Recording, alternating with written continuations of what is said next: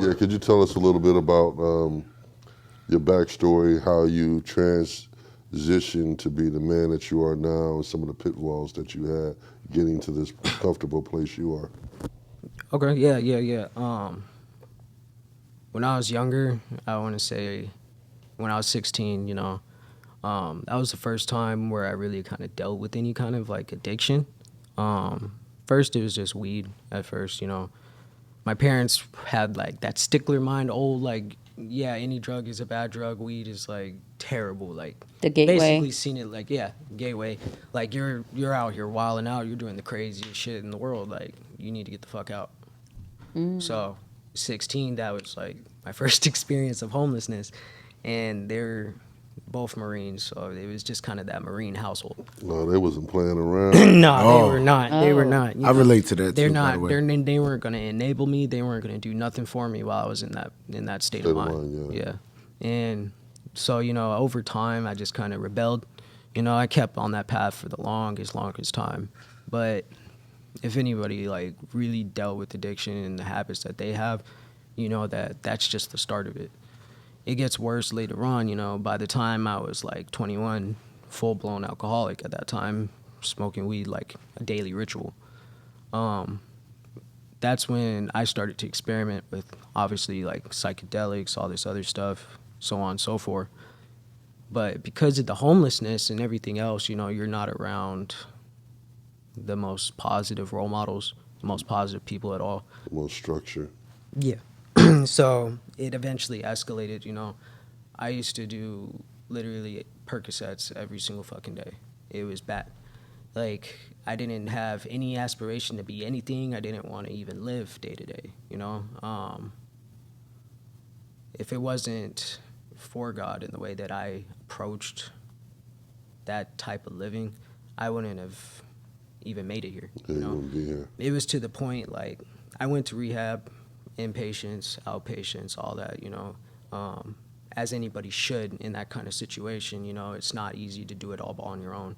Everybody thinks like, oh yeah, you can do this on your own. It's your choice. Like, you made the choice to do all this. And granted, yeah, maybe at first it's your choice, but once you're caught in that type of lifestyle and you want to get out of it, it's not always the easiest thing to do. But no, it's not. It's not particularly an overnight situation, and there's some truth in that. You got to want it for yourself. Exactly. And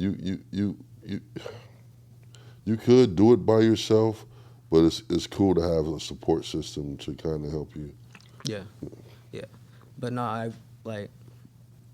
I really shouldn't even be here, to be completely honest with you. Like, it was to the point where I was doing 10 to 20 pills a day, and it was to the point I couldn't even function without it.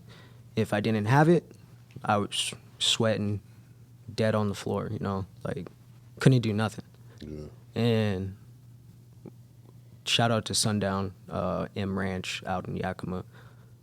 That was the rehab that I went to that really put me on some kind of footing. They introduced me to a lot of people that could point me in the right direction, put me in a lot of therapy sessions, counseling, all this stuff that really like projected me. But like you were saying, it's something that you gotta want for yourself. You gotta want it. So if I didn't want it, then it wasn't gonna work out, And I admit, even after that rehab sesh, like, there were some pitfalls, even more, Yeah, you gotta change your whole circle. That's why I was in Yakima for so long, because it was like I didn't want to be around nobody that I knew, Right. and I tried to change my entire environment. I even deleted my Facebook and everything on there.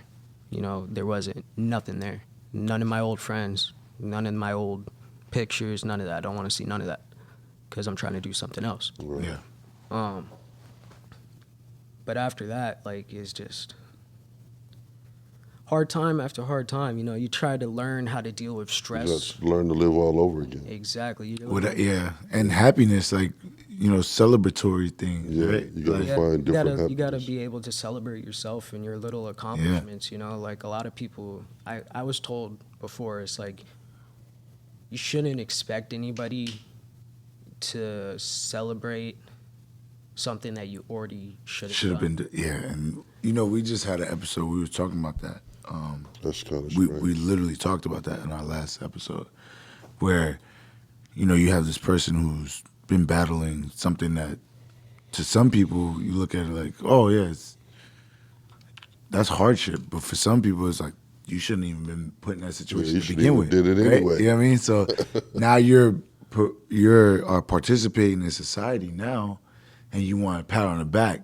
But for us, we've been doing this since we was 18, 17. You know, for me right now, that's 18 years. You know what I mean? I'm 36 now. Yeah. You know, longer technically. I started at 16, but whatever. You know what I'm saying? Like, I don't get no pats on the back for paying my bills and going to work, and you know what I mean. And then, but knowing what you've come from, it's almost like it's an expectation, right? Like, oh, like, where's my roses? Like, you know what I mean? But you just showed up to the party. We've been here partying for mad long, you know what I mean? Like, so it's like, that would be even more debilitating to, like, not get your Get a praise. praise, Get a yeah. praise. Yeah. Like, so it's dope that you're able to talk about it, for one, on our platform, and for two, living that. Like, you're living proof of it. You know what I'm saying? Every day. My mom was in a similar situation. I used to be in a similar situation. I related to a lot of the things that you talked about. So that's dope. You know what I'm saying? Yeah, to me, like, this is like a second life in a way. You know, like, all of this is extra because I already was convinced I should have died back then, you know? So all of this shit that I'm doing now is extra. Yeah. So I'm thankful for it every day because, It could be worse, man. yeah, exactly.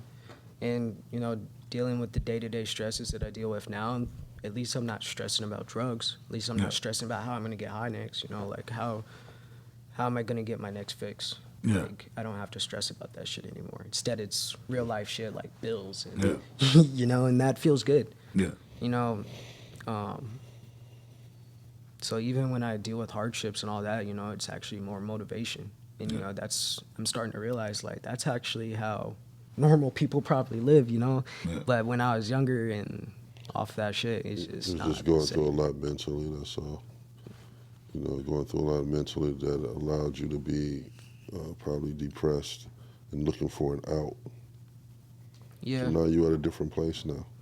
You're on the incline. For real.